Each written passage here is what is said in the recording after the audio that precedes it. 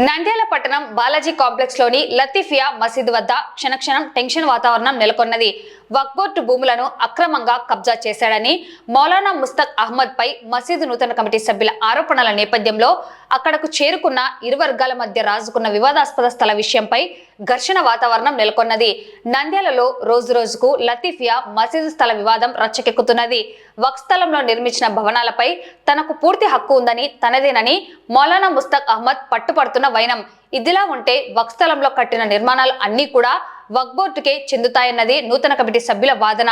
తాను కట్టించుకున్న భవనాలను తనకు కాకుండా చేస్తున్నారని మౌలానా ఓవైపు ఆరోపణలు చేస్తున్నారు.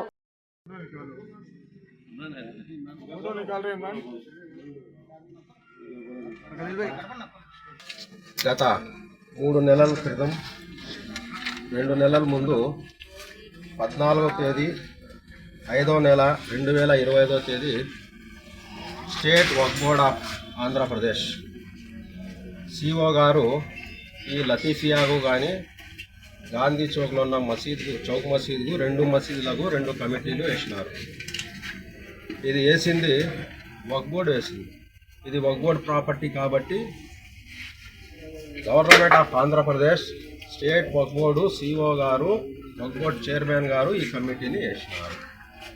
ఈ కమిటీను ఎందుకు వేసినారంటే ఇక్కడ మసీదులో సౌకర్యాలు సరిగా లేవు, ఈ మసీదును డెవలప్ చేయండి, దీనికి వచ్చే బాడుగలు కానీ ఇతర గుత్తలు కానీ వస్తే అవి తీసుకొని మిగతాది ఎవరైనా డోనర్స్ ఉంటే వాళ్ళతో డబ్బులు తీసుకొని ఈ మసీదును డెవలప్ చేయండి అని ఈ కమిటీని వేసినారు. ఇది మనము ఎవరు వాళ్ళు వేసినది కాదు.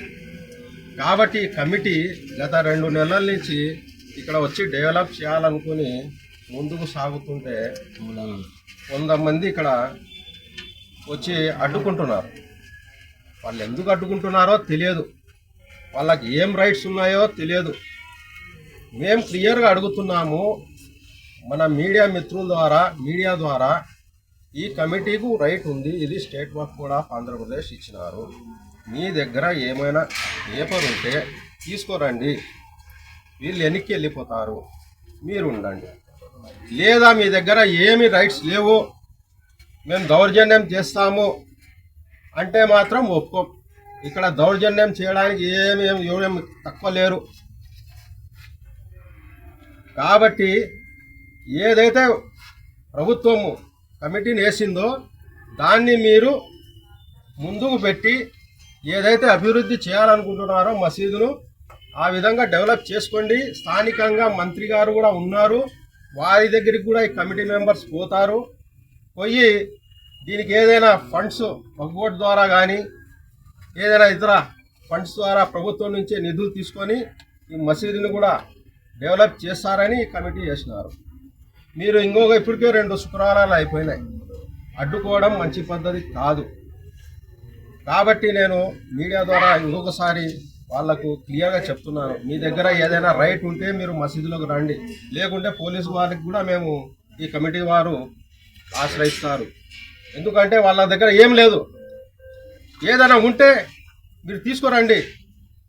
మా దగ్గర ఈ గవర్నమెంట్ ఇచ్చిన పేపర్స్ ఉన్నాయి, మేము దీనికి హోల్డర్సు, ఓనర్సు, ఇంకా ఏదైనా అనవసరంగా ఏం లేకుండా వచ్చి మసీదులలో గొడవలు చేయడం మంచి పద్ధతి కాదు.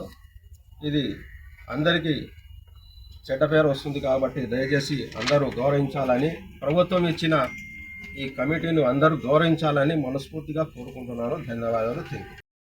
నిర్ణయించినారు. మేము కమిటీ డెవలప్ చేయాలని 3 నెలల నుంచి మౌలానాకు అడుగుతున్నాం. మౌలానా కూడా 1 సంవత్సరం అని చెప్పినాడు. ఆయన కూడా ఆయనతో కలిసి కట్టుగా మేము అందరం కలిసి నువ్వే ఉండు పెద్ద మనిషిగా, మేము నీ వెనుకలో కూడా పని చేస్తామని కూడా మౌలానా చెప్పినాము. కానీ మౌలానా మాకు సహకరించడం లేదు. మాకు తెలియకుండా కొద్ది రోజుల ముందర అది సీల్ చేసినారు గవర్నమెంట్ వాళ్ళు అందరు వచ్చి. అది ఆయన పలగొట్టున్నాడో ఏమో మాకు తెలియదు. ఆ సీసీ కెమెరాల ద్వారా వచ్చింది, అది మీడియా ద్వారా కూడా బయటికి వచ్చింది. ఇది న్యాయమో అన్యాయమో మీరే చెప్పాలి. దీనికి మనస్ఫూర్తిగా మేము చెప్తున్నాం అంటే మేము డెవలప్ చేయడానికి కమిటీ వచ్చినాం, డెవలప్ చేసి చూపిస్తాం.